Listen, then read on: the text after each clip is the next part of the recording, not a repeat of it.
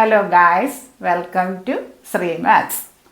ഇന്ന് നമുക്ക് കോമ്പറ്റേറ്റീവ് എക്സാംസിനൊക്കെ വരുന്ന കുറച്ച് കണക്കുകൾ അങ്ങനെ സ്പീഡിൽ ചെയ്യാൻ പറ്റും, അതിനെപ്പറ്റി പഠിക്കാം.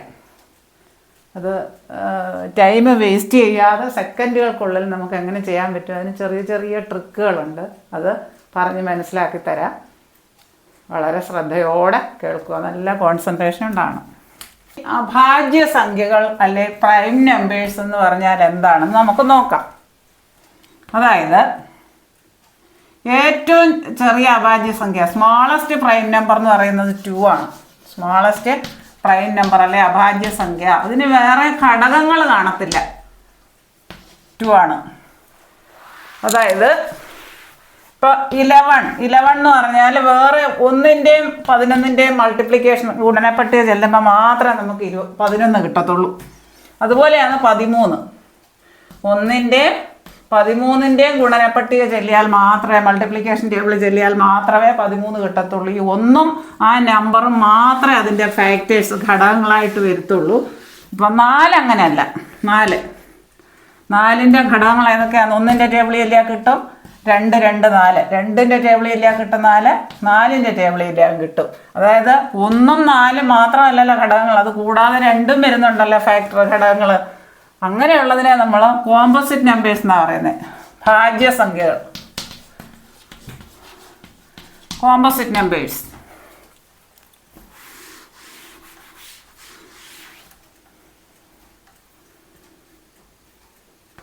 ഇനി പ്രൈം നമ്പേഴ്സ് ഒന്നും കൂടെ വിശദമായിട്ട് പറയാം. എല്ലാ ഒറ്റ സംഖ്യകളൊന്നും അഭാജ്യ സംഖ്യകളല്ല. അതായത് 2, 3, 5. 5ന് വേറെ ഫാക്ടേഴ്സ് ഒന്നുമില്ല. 5ൻ്റെ ഘടകങ്ങൾ 1ഉം 5ഉം മാത്രം. 1ൻ്റെ 5ൻ്റെ ടേബിൾ ചൊല്ലിയാൽ മാത്രമേ ഇത് കിട്ടത്തുള്ളൂ. നെക്സ്റ്റ് 6 പറ്റില്ല. 6ൻ്റെ ഘടകങ്ങൾ 1ൻ്റെ ചൊല്ലിയാൽ കിട്ടും 2, 3, 6. ഇത്രയും ഫാക്ടേഴ്സ് വരുന്നുണ്ട്. 1ഉം ആ നമ്പറും മാത്രം ഫാക്ടേഴ്സ് ഘടകങ്ങൾ വരുന്നതിനെയാണ് നമ്മൾ പ്രൈം നമ്പേഴ്സ് അല്ലെ അഭാജ്യ സംഖ്യകൾ എന്ന് പറയുന്നത്. അതുകൊണ്ട് 6 എഴുതാൻ പറ്റത്തില്ല, 7 എഴുതാം. 8 പറ്റില്ല. 8 കോമ്പോസിറ്റ് നമ്പറാണ്. കോമ്പോസിറ്റ് അല്ലെങ്കിൽ ഭാജ്യസംഖ്യ. 8ൻ്റെ ഫാക്ടേഴ്സ് 1, 2, 4, 8. 2 കൊണ്ടും 4 കൊണ്ടും ഒക്കെ 8നെ ഡിവൈഡ് ചെയ്യാൻ പറ്റും, ഹരിക്കാൻ പറ്റും. ഇവിടെ 7ൻ്റെ ഘടകങ്ങളെന്ന് പറഞ്ഞാൽ 1, 7 മാത്രമേ ഉള്ളൂ. 8, 9 പറ്റില്ല. 9 പറ്റില്ല എന്ന് പറഞ്ഞാൽ 1, 3, 9 ഉണ്ട് അതിൻ്റെ ഘടകങ്ങൾ. 10 പറ്റില്ല. 10ൻ്റെ ഘടകങ്ങൾ 1, 2, 5, 10. ഇത്രയും ഫാക്ടേഴ്സ് ഉണ്ട്. ഇതിൻ്റെ എല്ലാം ടേബിളിൽ അല്ലേ നമുക്ക് 10 കിട്ടും. നെക്സ്റ്റ് 11 അഭാജ്യ സംഖ്യയാണ്, പ്രൈം നമ്പറാണ്. അടുത്തത് 12 പറ്റില്ല. 3ൻ്റെ ടേബിൾ ചെല്ലുമ്പോൾ കിട്ടുമല്ലോ. 12ൻ്റെ ഘടകങ്ങൾ അതൊക്കെ 1, 2, 3, 4, 6, 12. ഇത്രയും ഘടകങ്ങളുണ്ട്. ഇതിൻ്റെ എല്ലാം ടേബിൾ ചെല്ലിയാൽ നമുക്ക് 12 കിട്ടും. അതുകൊണ്ട് 12 അഭാജ്യ സംഖ്യ അല്ല, ഭാജ്യസംഖ്യയാണ്. 13 പ്രൈം നമ്പറാണ്. 13 പ്രൈം നമ്പറാണ്, അല്ലെങ്കിൽ അഭാജ്യ സംഖ്യയാണ്. 13, 14 അല്ല, 15 അല്ല. 15 ഒക്കെ 3യുടെ ടേബിൾ ചെല്ലുമ്പോൾ കിട്ടും. 3യുടെ 5ൻ്റെ ഒക്കെ ടേബിൾ ചെല്ലിയാൽ കിട്ടും.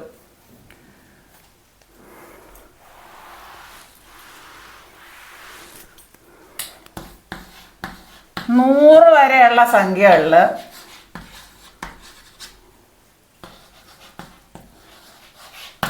ആകെ 25 പ്രൈം നമ്പേഴ്സാണ് ഉള്ളത്. ആകെ 25 പ്രൈം നമ്പേഴ്സ്, അല്ലെങ്കിൽ അതിന് അഭാജ്യ സംഖ്യകൾ. അഭാജ്യ സംഖ്യകൾ എത്ര എണ്ണം വരും? 100 വരെ ഉള്ളത് ആകെ എത്ര ഉള്ളത്? 25 എണ്ണം. 25 എണ്ണമാണ് അഭാജ്യ സംഖ്യകൾ. അതായത് 15, 16 പറ്റില്ല. 17 പ്രൈം നമ്പറാണ്. കാരണം അതിൻ്റെ ഫാക്ടേഴ്സ് 1ഉം 17ഉം ആണ്. വേറെ ഒറ്റ സംഖ്യ കൊണ്ട് ഇതിനെ ഡിവൈഡ് ചെയ്യാൻ പറ്റില്ല. വേറെ ഘടകങ്ങളില്ല. ഘടകങ്ങൾ ഒരു മൾട്ടിപ്ലിക്കേഷൻ ടേബിൾ ചെല്ലിയാലും കിട്ടില്ല, വേറെ ഒന്നും ചെല്ലിയാൽ കിട്ടില്ല. ഇത് അടുത്തത് 18 പറ്റില്ല. 18 എന്ന് പറഞ്ഞാൽ അതിൻ്റെ ഫാക്ടേഴ്സ് ഒക്കെ 1, 2, 3. ഏതിൻ്റെയൊക്കെ ടേബിൾ ചെല്ലിയാൽ കിട്ടുമോ അതെല്ലാം എഴുതണം. 3, 4 പറ്റില്ല, 5 പറ്റില്ല, 6, 7, 8, 9, 18. ഇതെല്ലാം ഇതിൻ്റെ ഘടകങ്ങളാണ്. ഇതിന് 2ൽ കൂടുതൽ ഘടകങ്ങളുണ്ടായിരിക്കും. പ്രൈം നമ്പേഴ്സിന് 1ഉം ആ നമ്പർ ഇറ്റ്സെൽഫും മാത്രമേ ഘടകങ്ങളായിട്ടുണ്ടാവുകയുള്ളൂ. നെക്സ്റ്റ്, ഈ അഭാജ്യ സംഖ്യകൾ, അതായത് പ്രൈം നമ്പേഴ്സ് കണ്ടുപിടിക്കാനൊരു എളുപ്പ വഴി ഞാൻ പറയാം, ശ്രദ്ധിച്ചാൽ മതി.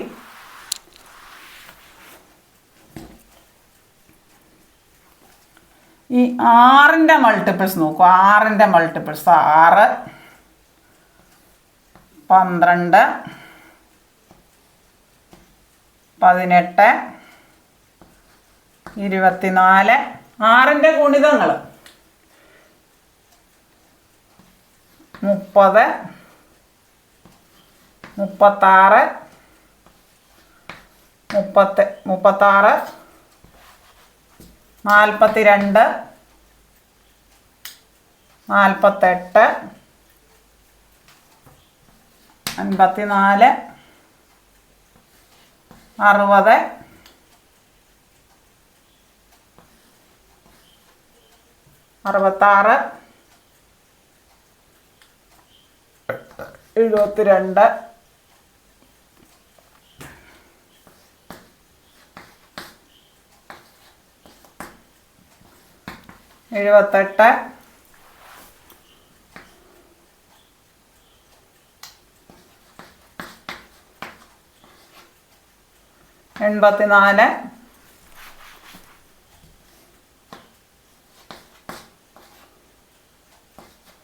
84, 90,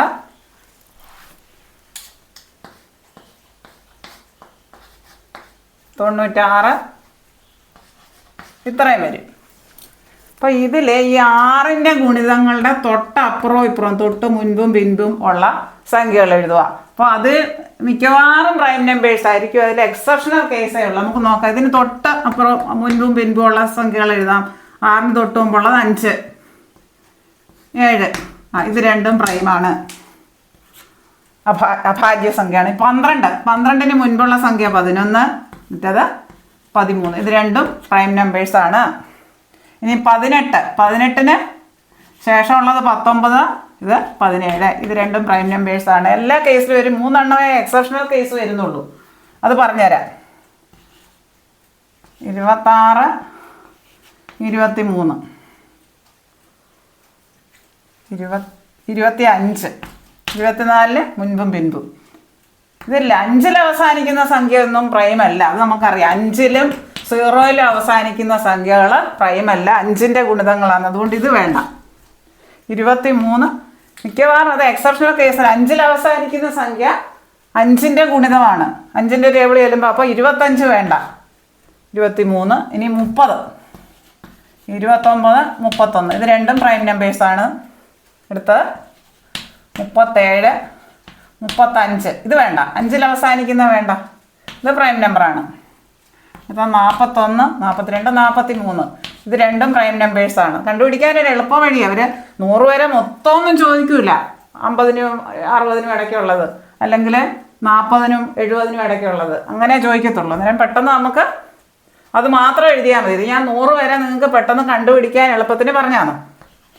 47, 49. കണ്ട, ഇത് എക്സെപ്ഷണൽ കേസാണ്. 7ൻ്റെ ടേബിൾ ചെല്ലുമ്പോൾ 49 കിട്ടുന്ന 5 എൻഡ് ചെയ്യുന്ന സംഖ്യ. എക്സെപ്ഷണൽ കേസ് ഏതൊക്കെയാണെന്ന് പറയാം. 5ൽ എൻഡ് ചെയ്യുന്ന സംഖ്യ നമുക്ക് തന്നെ അറിയാം, അത് പ്രൈമല്ല. 5ൽ അവസാനിക്കുന്നത്. അതുപോലെ 26 വന്നു. 26 അല്ല, 25 വന്നു. അത് 5ൽ അവസാനിക്കുന്നതാണ്. ഇനി 35 വന്നു. 35 5ൽ അവസാനിക്കുന്നതാണ്. അതുകൊണ്ട് 5ൽ അവസാനിക്കുന്നതൊന്നും ഇതല്ല. 41, 43, 49 7ൻ്റെ ടേബിൾ ചെല്ലുമ്പോൾ കിട്ടും. 7, 7, 49. അതുകൊണ്ട് അത് അല്ല. അപ്പോൾ എക്സെപ്ഷണൽ കേസ് 5ൽ അവസാനിക്കുന്ന 49, 47 പ്രൈമാണ്. ഇനി 54ന് മുമ്പുള്ളത് 53, 55. ഇത് വേണ്ട. 5ൽ അവസാനിക്കുന്ന വേണ്ട. ഇത് പ്രൈമാണ്. 61, 89, 59, 61, 67, 65. 5ൽ അവസാനിക്കുന്ന വേണ്ട. 73, 71 അപ്പുറം ഇപ്പുറം ഉള്ള 6ൻ്റെ മൾട്ടിപ്പിളിൻ്റെ അപ്പുറം ഇപ്പുറം ഉള്ള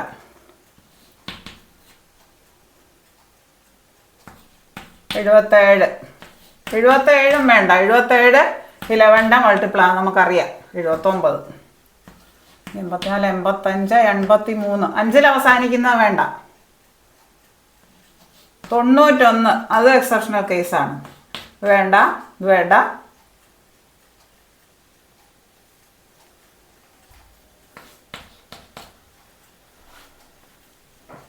91 89 97 95 95ൽ അവസാനിക്കുന്നത് വേണ്ട. അപ്പോൾ ഏതൊക്കെയാണ് എക്സെപ്ഷണൽ കേസ് അഭാജ്യ സംഖ്യകൾ എഴുതുമ്പോൾ നമ്മൾ 6ൻ്റെ കൂടി പെട്ടെന്ന് ചെയ്യാൻ ഇത്ര ഇത് 100 വരെയുള്ളതൊന്നും ചോദിക്കില്ല.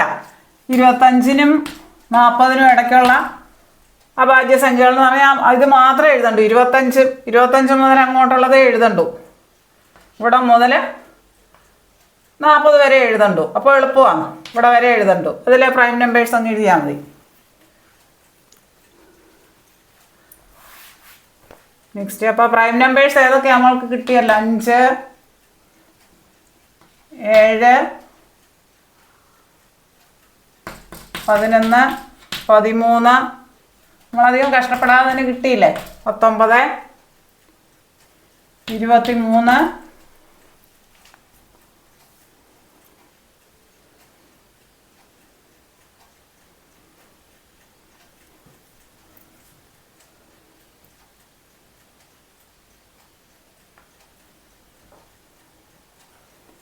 29 31 അങ്ങനെ അങ്ങോട്ട് പോകും. ഇതിനകത്ത് നമ്മൾ ടിക്ക് ഇട്ടത് മാത്രമാണ് അഭാജ്യ സംഖ്യകൾ പ്രൈം നമ്പേഴ്സ്. 6ൻ്റെ ഗുണിതങ്ങളിൽ നമ്മൾ പിന്നെ കുറേ എക്സെപ്ഷണൽ കേസ് ഉണ്ട്. 6ൻ്റെ ഗുണിതങ്ങളുടെ തൊട്ടപ്പുറം ഇപ്പുറം ഉള്ളത്. അപ്പോൾ 6ൻ്റെ തൊട്ടപ്പുറം ഇപ്പുറം ഉള്ളത് അതായത് 5 7 ഇത് രണ്ടും പ്രൈമാണ്. ഇനി അടുത്ത 6ൻ്റെ ഗുണിതം ഏതാണ്? 12. 12ന് മുമ്പുള്ളതും പിൻപുള്ളതും അത് രണ്ടും പ്രൈമാണ്. അങ്ങനെ നോക്കിയാൽ മതി.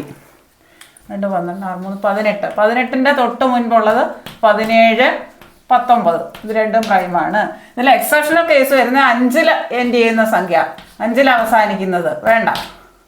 പിന്നെ 49 അതും 6ൻ്റെ ഗുണിതം 48ന് അപ്പുറം ഇപ്പുറം വരുന്നതിൽ വരുന്നതാണ് 49 47 ഇത് പ്രൈം. ഇത് വേണ്ട. ഇത് 7ൻ്റെ ടേബിൾ ചെല്ലുമ്പോൾ നമുക്ക് കിട്ടും.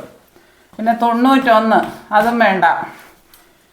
പിന്നെ 6ൻ്റെ ഗുണിതം 78 77 79 വേണ്ട. 77 വേണ്ട. കാരണം 77 11ൻ്റെ ഗുണിതമാണ്. അങ്ങനെ ശ്രദ്ധിച്ച് ചെയ്താൽ മതി. അഭാജ്യ സംഖ്യകൾ എന്ന് പറയുന്നത് ഒന്നും ആ സംഖ്യയും മാത്രം സാധാരണ ഉള്ള ഇത് പറഞ്ഞ 6ൻ്റെ ഗുണിതങ്ങളുടെ തൊട്ട് മുൻപും പിൻപും വരുന്നത് അതിൽ അത് നോക്കിയാൽ മതി ഏതാണെന്ന് പറഞ്ഞാൽ. 24 വരുമ്പോൾ അതിന് മുമ്പുള്ളത് 23 അടുത്ത 25 എടുക്കരുത്. സൈഡിൽ എഴുതി നോക്കിയാൽ മതി. ഇത് പ്രൈമാണ്. അതായത് നമുക്ക് പെട്ടെന്ന് ഓടണം. ഈ ഒന്നും ആ നമ്പറും മാത്രമേ ഇപ്പോൾ 6ൻ്റെ ഗുണിതത്തിൻ്റെ അപ്പുറം ഇപ്പുറം എന്ന് പറയാൻ നമുക്ക് പെട്ടെന്നൊന്ന് മനസ്സിലാക്കാൻ വേണ്ടി പറഞ്ഞതാണ്. അല്ലാത്ത സംഖ്യകളെല്ലാം ഭാജ്യ സംഖ്യകളാണ്. 2ൽ കൂടുതൽ ഘടകങ്ങളുള്ള ഭാജ്യ സംഖ്യകൾ അല്ലെങ്കിൽ അതിനെ കോമ്പോസിറ്റ് നമ്പർ എന്ന് പറയുന്നു.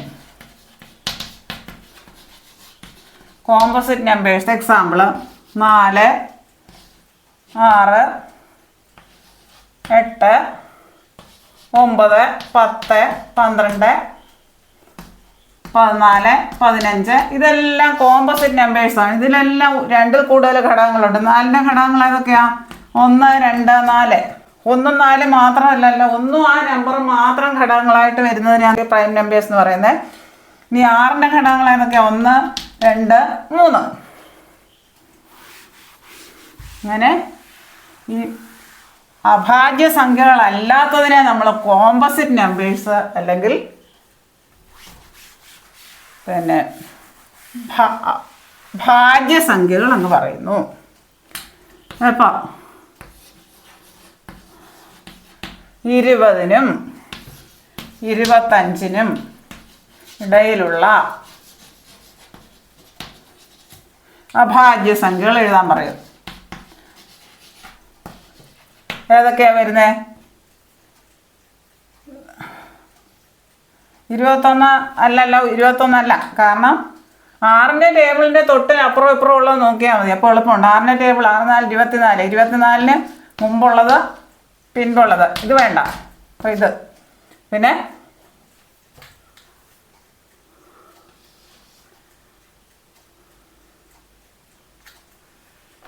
ഇതേ വരുന്നുള്ളൂ. അപ്പോൾ 6-നും 20-നും 25-നും ഇടയ്ക്കുള്ള പ്രൈം നമ്പർ ഏതാണെന്ന് ചോദിച്ചാൽ അവർ കുറേ ചോയ്സ് തന്നേക്കും. 22, 20, 23, 14 അങ്ങനെ തന്നേക്കും. നമ്മുടെ ആൻസർ ഏതാണ്? 23. അതായത് ഇതിൻ്റെ ഇടയ്ക്കുള്ളതെന്ന് പറയുമ്പോൾ അത് മാത്രം എഴുതി നോക്കണ്ടു. 6ൻ്റെ ഗുണിതം നോക്കൂ, അതിൻ്റെ ഇടയ്ക്കുള്ള 6ൻ്റെ ഗുണിതത്തിൻ്റെ തൊട്ടപ്പുറവും ഇപ്പുറമുള്ള സംഖ്യകൾ നോക്കൂ. 5-ൽ അവസാനിക്കുന്നതാണെങ്കിൽ വേണ്ട. പിന്നെ 49, 48 എന്ന് പറയുന്ന 6ൻ്റെ ഗുണിതം. പക്ഷെ 49-ഉം 47-ഉം 47 പ്രൈമാണ്. 49 പറ്റില്ല. 7 7 49. 7ൻ്റെ ടേബിൾ ചെല്ലുമ്പോൾ 7 വേറെ ഫാക്ടർ ഉണ്ട്. അതുകൊണ്ട് അതുപോലെ 91 വേണ്ട.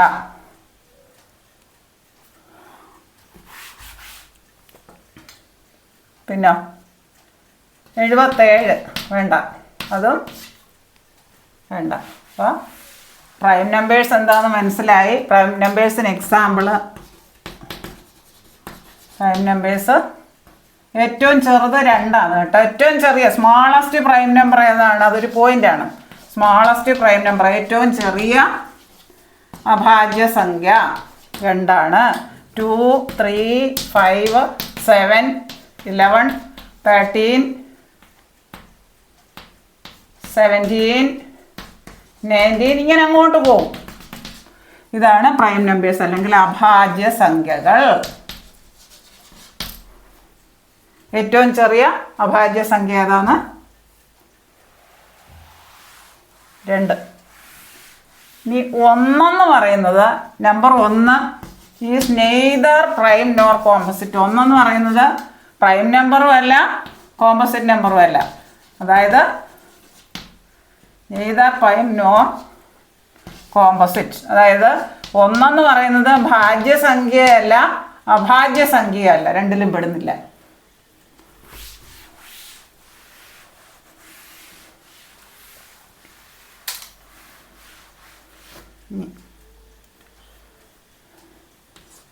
ഈ കൃത്യംഗ നിയമങ്ങൾ, ലോസ് ഓഫ് എക്സ്പോണൻസ്, അതിനെ ബേസ് ചെയ്തിട്ടുള്ള കുറേ കണക്കുകൾ ചോദിക്കും. ലോസ് ഓഫ് എക്സ്പോണൻസ് അതിൽ പ്രധാനമായിട്ട് ചോദിക്കുന്ന a⁻m into a⁻n equal to a⁻m+n. അതിന് കുറേ ഉദാഹരണങ്ങൾ നോക്കാം. 5³ ഇൻറ്റു 5⁻². ഇത് ബേസ് തുല്യമായിരിക്കണം എപ്പോഴും. ഈ പവർ വ്യത്യസ്തമായിട്ട് എത്ര വേണേലും വരാം. 5⁻3+2, അതായത് 5⁻5. ഈ നിയമം ഓർത്തിരുന്നാൽ നമുക്ക് ഇൻറ്റു ചെയ്യുമ്പോൾ എല്ലാം ഇത് ഈ എഴുതുന്ന ബേസ് എല്ലാം സെയിം ആണെങ്കിൽ എപ്പോഴും ആ പവറുകൾ കൂട്ടി എഴുതിയാൽ മതി. 5⁻5 ഇൻറ്റു 5⁻3, 5⁻3 ഇൻറ്റു 5⁻7. എത്ര വന്നാലും ഈ ബേസ് എല്ലാം തുല്യമാണെങ്കിൽ വെറുതെ അങ്ങ് കൂട്ടി എഴുതുകയേ വേണ്ടൂ. 2 + 3 + 7, 5⁻12. ഇനി ഈ പവറിൻ്റെ പ്രാധാന്യം, പവർ എന്താണെന്ന് അറിയുമോ? അത് ഒന്ന് പറഞ്ഞേക്കാം. 2³ എന്ന് പറഞ്ഞാൽ 2 × 2 × 2, 3 തവണ എഴുതുക. 2⁵ എന്ന് പറഞ്ഞാൽ 2 5 തവണ എഴുതി ഗുണിക്കുക.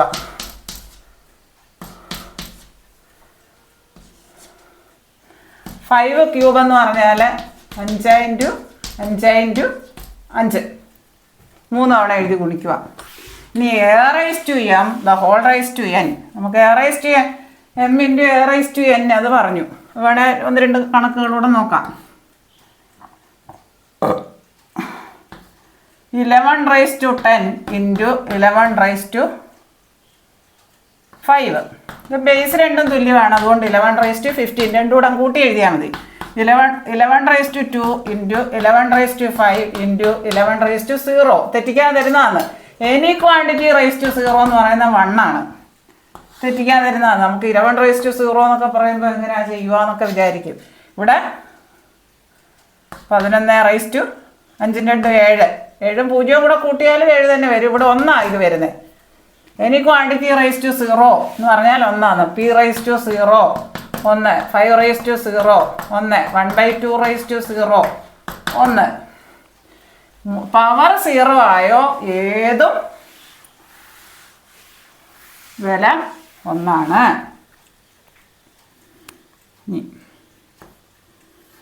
5² ഇത് രണ്ടും കൂടെ ഗുണിച്ചെഴുതിയാൽ മതി. 5/6 4/2 5 രണ്ടും കൂടെ ഗുണിച്ചെഴുതുക, അത്രേ ഉള്ളൂ. അത് ഏത് നിയമത്തിൽപ്പെടുന്നതാണ്? A⁻n ആ നിയമം ഓർത്താൽ മതി. ഇങ്ങനെ പവർ ഇങ്ങനെ വരുമ്പോൾ വെറുതെ ഗുണിച്ചെഴുതിയാൽ മതി. 2/5 3 അപ്പോൾ 2/5 × 3 15. അത് നിയമം A⁻n പവറിൻ്റെ മുകളിൽ ഒരു ബ്രാക്കറ്റ് ഇട്ടിട്ട് പവർ വന്നാൽ അത് രണ്ടും കൂടെ ഇൻറ്റു ചെയ്ത് എഴുതിയാൽ മതി. A⁻n വേറെ എണ്ണം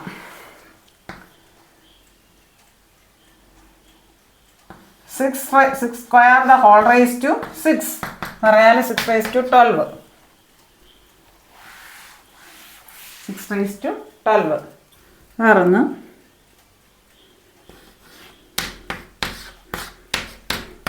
3/11 7 3 അത് വെറുതെ അങ്ങ് ഇൻറ്റു ചെയ്ത് എഴുതുക വേണ്ടു, ഒന്നും അറിയാനില്ല. ഇനി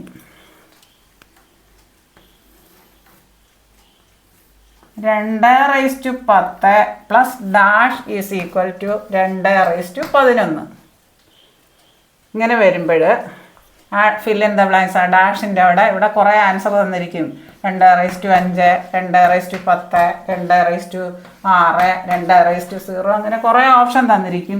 ഇത് ഇവിടെ ഇങ്ങനെ വരുവാണെങ്കിൽ ഇതിനേക്കാൾ ഒറ്റ ഇതാ കൂടുതലെങ്കിൽ ആ സെയിം നമ്പർ തന്നെ. അതൊരു യുക്തി വെച്ചിട്ട് നോക്കിയാൽ മതി. എന്താണെന്ന് വെച്ചാൽ ഇവിടെ രണ്ടും സെയിം ആണല്ലോ. ഏത് സെയിം വന്നാലും 2 × 2/10 ആണത്.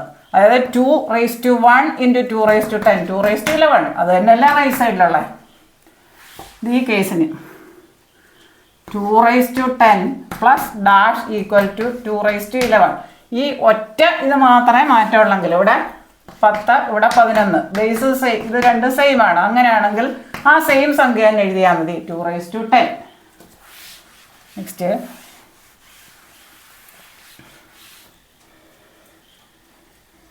കുറച്ച് കുട്ടികളുടെ 5 സ്റ്റുഡൻസിൻ്റെ ആവറേജാണ് പഠിക്കാൻ പോകുന്നതിന്. 5 സ്റ്റുഡൻസിൻ്റെ ഇംഗ്ലീഷിലുള്ള മാർക്സ് എന്ന് പറയുന്നത് ഒരാൾക്ക് 20, ഒരാൾക്ക് 15, ഒരാൾക്ക് 25, ഒരാൾക്ക് 30, ഒരാൾക്ക് 40. ആവറേജ് കാണാൻ തന്നിരിക്കുന്ന ഇപ്പം മാർക്കുകളെല്ലാം കൂടെ കൂട്ടുക. ആകെ അളവുകളുടെ തുക, ആകെ തുക ഇവയുടെ എത്ര എണ്ണം, അതായത് ഇവിടെ എത്ര പേരുടെ എത്ര എന്ന ഈ മാർക്കുകളെല്ലാം കൂടെ കൂട്ടുക. കൂട്ടിയിട്ട് എന്ത് ഐറ്റം ആണോ, മെഷറ വെയിറ്റ് ആണോ, ഹൈറ്റ് ആണോ, മാർക്കാണോ, എന്താണോ തന്നേക്കുന്നത് അതെല്ലാം കൂടെ കൂട്ടുന്നത്. അതായത് 10 ഇഷ്ടം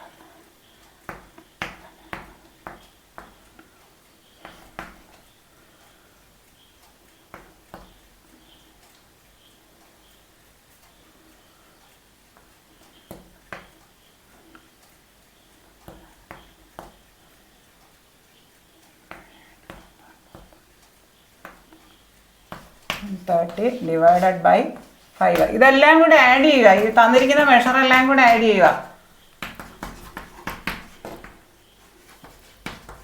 എന്താണോ വെയിറ്റോ ഹൈറ്റോ റെയിൻഫോൾ ഇത്ര ദിവസത്തെ റെയിൻഫോളിൻ്റെ എന്താണെന്നതിലും അതെല്ലാം കൂടെ ആഡ് ചെയ്തിട്ട് എത്ര പേരുണ്ടോ, എത്ര എണ്ണം ഉണ്ടോ, എത്ര ഐറ്റം ഉണ്ടോ അതുകൊണ്ട് ഡിവൈഡ് ചെയ്താൽ മതി ആവറേജ് കാണുന്നതിന്. അതായത്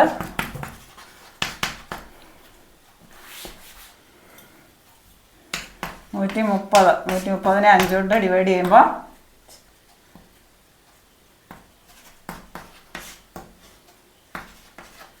26 ആവറേജ് മാർക്ക്. 26 ശരാശരി മാർക്ക്. ആവറേജ് എന്ന് അല്ലെങ്കിൽ ശരാശരി 5 കുട്ടികളുടെ മാർക്കുകൾ തന്നിരിക്കുന്നു, അവരുടെ ശരാശരി. ഇനി 4 പേരുടെ വെയിറ്റ് തന്നേക്കുക, ഭാരം തന്നേക്കുക. അങ്ങനെയാണെങ്കിൽ അവരുടെ ശരാശരി ഭാരം അല്ലെങ്കിൽ ഇംഗ്ലീഷിൽ പറഞ്ഞാൽ ആവറേജ് വെയിറ്റ്, ശരാശരി ഭാരം എത്രയാണെന്ന് ചോദിച്ചാൽ ഇത് 4 പേരുടെ വെയിറ്റ് നമുക്ക് എഴുതാം. 35 kg, 32 kg, 33 kg, 30 kg. 4 പേരുടെ വെയിറ്റ് 1 2 3 4. അപ്പോൾ എന്ത് ചെയ്യണം? ശരാശരി കാണാൻ ആവറേജ് അല്ലെങ്കിൽ ശരാശരി, average weight of the students എന്ത് വേണം?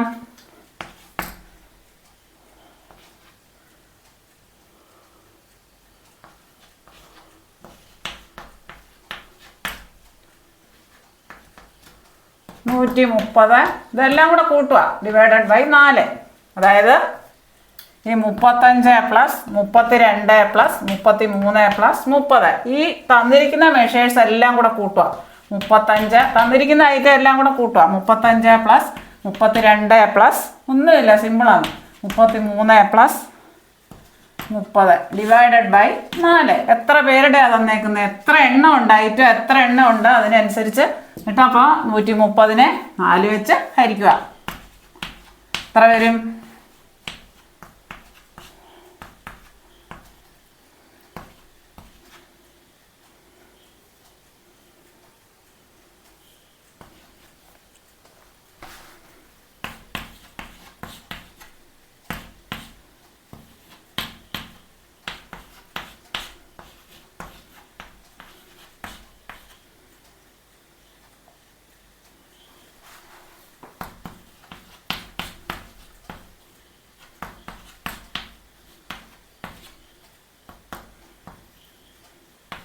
32.5 kg.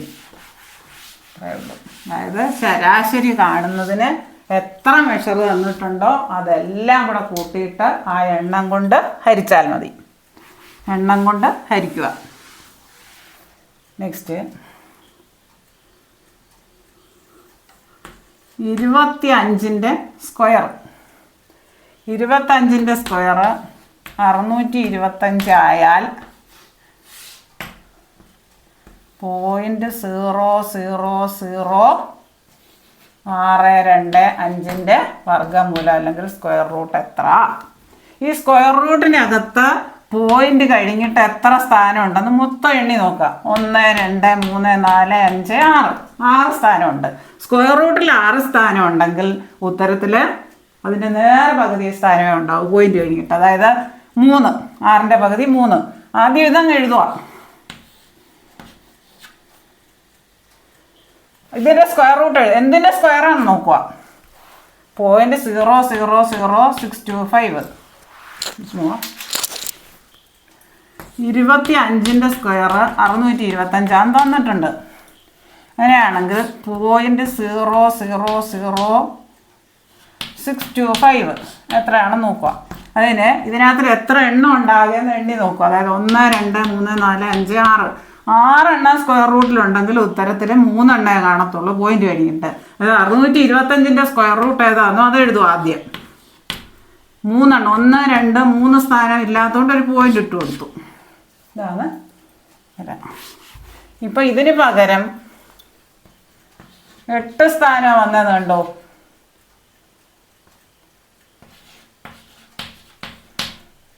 1 2 3 4 5 6 7 8 സ്ഥാനമാണെങ്കിൽ നമ്മുടെ ഉത്തരത്തിൽ ആദ്യം 625ൻ്റെ സ്ക്വയർ റൂട്ട് എന്താണ് 25. അത് തന്നിട്ടുണ്ട് ചോദ്യത്തിൽ, അത് ചെയ്യാൻ നടക്കണ്ട. അപ്പോൾ 8 ആണെങ്കിൽ ഇവിടെ 4 സ്ഥാനം നേർ പകുതിയെ ഉത്തരത്തിലുണ്ടാവും. അതായത് 1 2 3 4 സ്ഥാനം ഇല്ലെങ്കിൽ അതിന് പകരം പോയിന്റ് കഴിഞ്ഞിട്ട് 4 സ്ഥാനം ആകാം. ഇവിടെ 8 ഉണ്ടെങ്കിൽ 4. അതുപോലെ ഇവിടെ 4 ഉണ്ടെങ്കിൽ 2. 0.0625 പോയിന്റ് കഴിഞ്ഞിട്ട് 4 സ്ഥാനമാണുള്ളത്. അപ്പോൾ 625ൻ്റെ സ്ക്വയർ റൂട്ട് ആദ്യം എഴുതുക 25. അപ്പോൾ ഇവിടെ 4 ആണെങ്കിൽ അതിൻ്റെ നേർപകുതിയേ ഉണ്ടാകാവൂ ഉത്തരത്തിൽ, അതായത് 1, 2 ഇത്രയും. വേറെ കണക്ക് ചെയ്ത് നോക്കാം, അതേപോലെ സമാനമായിട്ടുള്ള കണക്ക് ചെയ്യാം.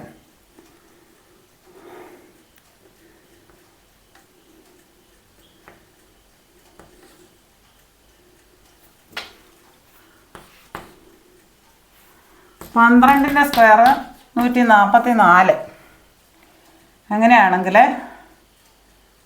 Square root of 0.0144, square root of 0.000144, square root of 0.00000144. ഇത് നോക്കാം. നമ്മൾ മുമ്പേ പറഞ്ഞ അനുസരിച്ച് ഇതിവിടെ 4 എണ്ണമാണെങ്കിൽ ഉത്തരത്തിൽ ഇവിടെ തന്നിട്ടുണ്ട് 12 ആണെന്ന് തന്നിട്ടുണ്ടായതുകൊണ്ട് ആ 12 എടുത്ത് എഴുതുക. ഇവിടെ 4 എണ്ണം ഉണ്ടെങ്കിൽ അതിൻ്റെ നേർപകുതി 2 സ്ഥാനമേ കാണാവൂ പോയിന്റ് കഴിഞ്ഞിട്ട്. നെക്സ്റ്റ് 144ൻ്റെ റൂട്ട് 12 ആണ്. ഇവിടെ 1, 2, 3, 4, 5, 6. ഈ സ്ക്വയർ റൂട്ടിനുള്ളിൽ 6 സ്ഥാനം ഉണ്ടെങ്കിൽ നമ്മുടെ ഉത്തരത്തിൽ 3 സ്ഥാനം 1, 2, 3 ഇല്ലാത്തതുകൊണ്ട് ഒരു 0 ഇട്ട് കൊടുത്തു. നെക്സ്റ്റ് 1, 2, 3, 4, 5, 6, 7, 8 സ്ഥാനം ഉണ്ടെങ്കിൽ അതിൻ്റെ നേർപകുതി അവിടെ ഉണ്ടാവും. പോയിന്റ് കഴിഞ്ഞിട്ട് 4 സ്ഥാനം, 8ൻ്റെ പകുതി എത്രയാണ്? 4 സ്ഥാനമേ ഉണ്ടാകാവൂ. അതായത് 144ൻ്റെ സ്ക്വയർ റൂട്ട് 12, 1, 2, 3, 4 ഇങ്ങനെ. ഇല്ലെങ്കിൽ 4 സ്ഥാനം ഇല്ലെങ്കിൽ അതിന് പകരം 0 ഇട്ട് കൊടുത്തിട്ട് എണ്ണിയാൽ മതി. വേറെ ഒരു 25ൻ്റെ സ്ക്വയർ 625. അങ്ങനെയാണെങ്കിൽ 0.0625, അതായത് പോയിന്റ് കഴിഞ്ഞ് എത്ര സ്ഥാനം ഉണ്ടെന്ന് എണ്ണുക. 1, 2, 3, 4 എത്ര സ്ഥാനമുണ്ട്? 4 പോയിന്റ് കഴിഞ്ഞിട്ട്. അപ്പോൾ ഉത്തരത്തിൽ എത്ര വരാവൂ? 625ൻ്റെ സ്ക്വയർ റൂട്ട് എഴുതുക 25. ഇനി 4 സ്ഥാനം ഉണ്ടെങ്കിൽ ഉത്തരത്തിൽ 2 സ്ഥാനമേ വരാം, 1, 2. ഇവിടെ 0 കൊടുക്കണ്ട. നെക്സ്റ്റ് 0.00625. ഇതിൽ 6 സ്ഥാനമുണ്ട്. 6 സ്ഥാനം ഇപ്പോൾ ആദ്യം ആ സ്ക്വയർ റൂട്ട് എഴുതുക. 6 സ്ഥാനം ഉണ്ടെങ്കിൽ 3 എണ്ണേ വരാവൂ പോയിന്റ് കഴിഞ്ഞിട്ട്. 1, 2, മൂന്നാമത് ഇല്ലാത്തതുകൊണ്ട് 0 ഇട്ട് കൊടുത്തു. പോയിന്റ് കഴിഞ്ഞിട്ട് 3 സ്ഥാനം. ഇനി 8 സ്ഥാനമാണ് ചോദ്യത്തിലെങ്കിൽ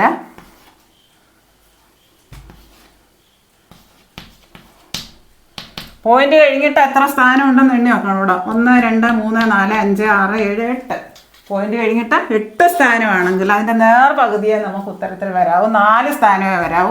അതിൻ്റെ സ്ക്വയർ റൂട്ട് ആദ്യം എഴുതുക. 1, 2, 3, 4. സ്ഥാനം ഇല്ലെങ്കിൽ നമ്മൾ ഇങ്ങോട്ട് 0 ഇട്ട് കൊടുത്തിട്ട് പോയിന്റ് ഇട്ട് കൊടുത്താൽ മതി.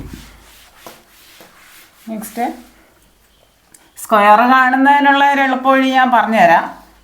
അപ്പം 25ൻ്റെ സ്ക്വയർ 25 × 25 ചെയ്ത് വെക്കാൻ കുറേ സമയം പിടിക്കും. അതിന് 5ൻ്റെ സ്ക്വയർ എഴുതുക, 2ൻ്റെ സ്ക്വയർ എഴുതുക, എന്നിട്ട് ഇത് 3 കൂടി ഇൻറ്റു ചെയ്യുക. 2ഉം 5ഉം 2ഉം കൂടെ, അതായത് ഒറ്റയുടെ സ്ഥാനം വിട്ടിട്ട് എഴുതിയിട്ട് അത് കൂട്ടിയാൽ മതി. 625. നെക്സ്റ്റ് 15ൻ്റെ സ്ക്വയർ നോക്കാമല്ലോ. 15ൻ്റെ സ്ക്വയർ ആദ്യം 5ൻ്റെ എഴുതുക, പിന്നെ 1ൻ്റെ എഴുതുക, പിന്നെ ഇത് 3ഉം കൂടി ഇൻറ്റു 2ഉം 5ഉം 1ഉം കൂടെ, അതായത് 10. ഒറ്റയുടെ സ്ഥാനം വിട്ടിട്ട് എഴുതുക, കൂട്ടുക. 225. അപ്പോൾ നമുക്കിത് ഇൻറ്റു ചെയ്ത് പോകണമെങ്കിൽ ഒരുപാട് സമയം പിടിക്കും. ഇങ്ങനെ എന്തെങ്കിലുമൊക്കെ ഷോർട്ട് കട്ട് ഓർത്തിരുന്നാൽ അധികം സമയം എടുക്കേണ്ടി വരില്ല. നെക്സ്റ്റ്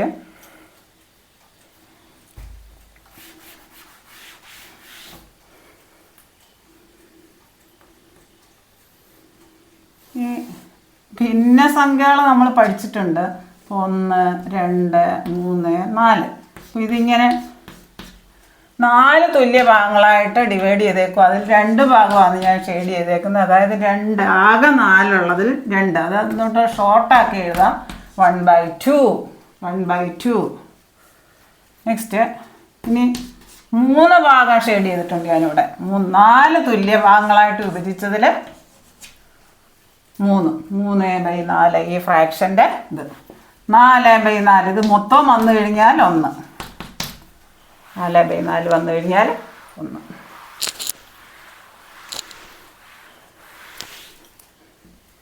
ഈ കൃത്യങ്ക നിയമങ്ങളിലൊന്ന് വിട്ടുപോയി പറയാൻ, അത് പറയാം. A/m × A/n-നെ A/m+n എന്ന് പറഞ്ഞു. ഇനി A/m/A/n ആണെങ്കിലോ ഡിവിഷനാണ് വരുന്നതെങ്കിൽ A/m-n. ഉദാഹരണത്തിന് 5/7/5². ഇത് മൊത്തം ഇൻറ്റു ചെയ്ത് ഹരിക്കാൻ നിൽക്കേണ്ട. 5/5 7 2 പോവാം. 5/7 -2 അതായത് 5/5. ഈ ബേസ് തുല്യമായിരിക്കണം. 2/8/2/6 സമം 2/2.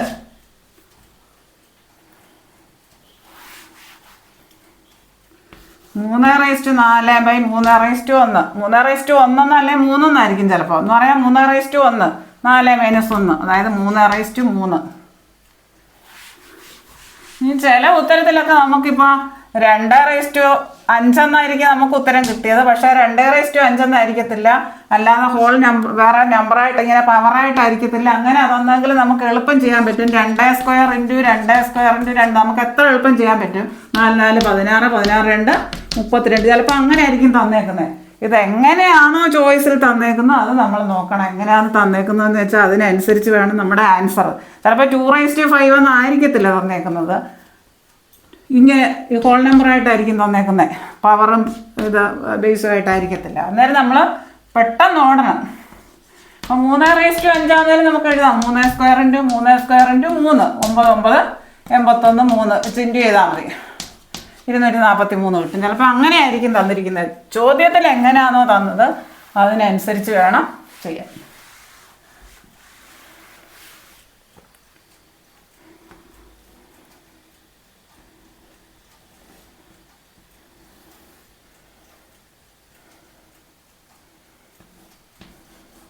ഇനി ഇങ്ങനെ ഒരു ചോദ്യം തന്നാൽ എന്ത് ചെയ്യും? ഹോൾ സ്ക്വയർ ഇങ്ങനെ തന്നാൽ നമുക്കറിയാം. ഞാൻ നേരത്തെ കഴിഞ്ഞ ക്ലാസ്സിൽ പറഞ്ഞായിരുന്നു, ടെസ്റ്റിൻ്റെ ഇത് പറഞ്ഞായിരുന്നു.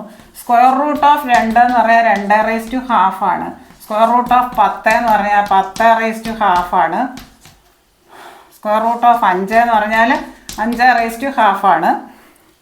ക്യൂബിക് റൂട്ട് ഓഫ് 5 എന്ന് പറഞ്ഞാൽ 5/1/3 ആണ്. ഇവിടെ ഏത് റൂട്ടാണ്? സ്ക്വയർ റൂട്ടാണോ, 5th റൂട്ടാണോ, 4th റൂട്ടാണോ, അങ്ങനെ നോക്കിയിട്ട് വേണം പവർ എഴുതാൻ. ഇവിടെ സ്ക്വയർ റൂട്ട് ആകുമ്പോൾ നമുക്ക് എന്ത് ചെയ്യാൻ പറ്റും? ഈ റൂട്ട് ഓഫ് 144 എന്ന് പറയുന്നത് എന്തുവാ? 144 the whole raise to 2. A/m the whole raise to n. അവിടെ ആൻസർ കിട്ടിക്കഴിഞ്ഞു. റൈസ് ടു m ഇത് കട്ടാകും. അതിൻ്റെ ആൻസർ 144 തന്നെ. 1/2 2 കൂടെ ക്യാൻസലാകും. വേറൊരെണ്ണം square root of 625 raise to 2. ഇങ്ങനെ വന്നാലും ഇതുപോലെ സ്ക്വയർ റൂട്ട് ഓഫ് 625 നമുക്ക് എങ്ങനെ എഴുതാം? Raise to 1/2. Square root raise to 1/2 the whole raise to 2. ഈ 2 കൂടെ ക്യാൻസലായിട്ട് നമുക്ക് ഉത്തരം ഏത് തന്നെ വരും? 625. പിന്നെ കുറച്ച് ചെറിയ ചെറിയ ക്യൂബും അങ്ങനെയൊക്കെ ഉള്ളതൊക്കെ പഠിച്ചിരിക്കുന്നത് നല്ലതാണ്. 4³ = 64. 2³ = 8. 5³ = 125. 3³ 27. അങ്ങനെ കുറച്ച് നമ്മളൊന്ന് പഠിച്ചിരിക്കുന്നത് നല്ല. അല്ലെ 3³ അറിയത്തില്ലേ? പെട്ടെന്ന് നമ്മൾ 3² × 3 പെട്ടെന്ന് മനസ്സിലോർക്കണം. 9 × 3 27. 4³ അതുപോലെ 4² × 4 16 4 64. നെക്സ്റ്റ്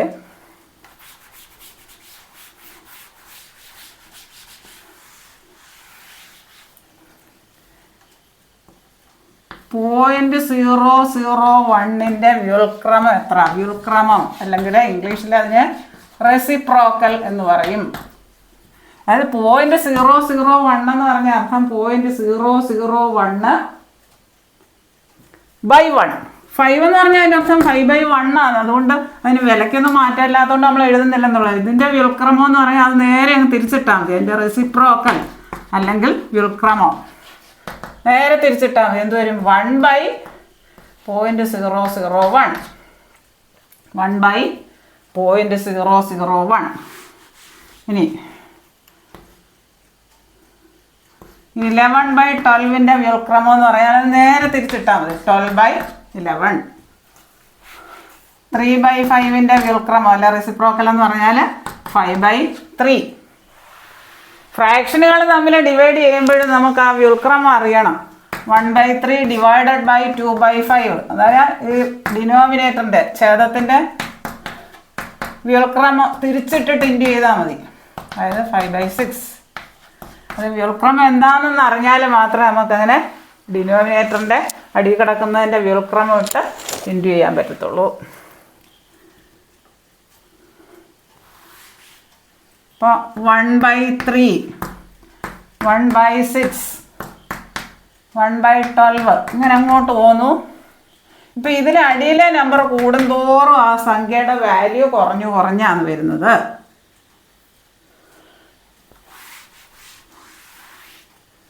നിങ്ങൾക്ക് എൻ്റെ ക്ലാസ് നന്നായിട്ട് മനസ്സിലായി എന്ന് ഞാൻ വിശ്വസിക്കുന്നു. നിങ്ങൾക്ക് വീഡിയോ ഇഷ്ടമായെങ്കിൽ ലൈക്ക് ചെയ്യുക, ഷെയർ ചെയ്യുക, സബ്സ്ക്രൈബ് ചെയ്യുക. സബ്സ്ക്രൈബ് ചെയ്യാൻ മറക്കല്ലേ. നിങ്ങളുടെ എല്ലാ കൂട്ടുകാരിലേക്കും ഇത് എത്തിക്കുക. താഴെ കാണുന്ന ബെൽ ബട്ടൺ അമർത്തിയാൽ ഞാനിടുന്ന വീഡിയോസിൻ്റെ എല്ലാ നോട്ടിഫിക്കേഷൻസും ലഭിക്കുന്നതാണ്. നിങ്ങൾ സബ്സ്ക്രൈബ് ചെയ്യാൻ മറക്കല്ലേ. നിങ്ങൾ കമൻറ്റ് ബോക്സിൽ നിങ്ങളുടെ അഭിപ്രായങ്ങളും നിർദ്ദേശങ്ങളും ഒക്കെ ഇടാവുന്നതാണ്. അതനുസരിച്ച് ഞാൻ ക്ലാസ്സുകൾ തുടരുന്നതാണ്. Thank you.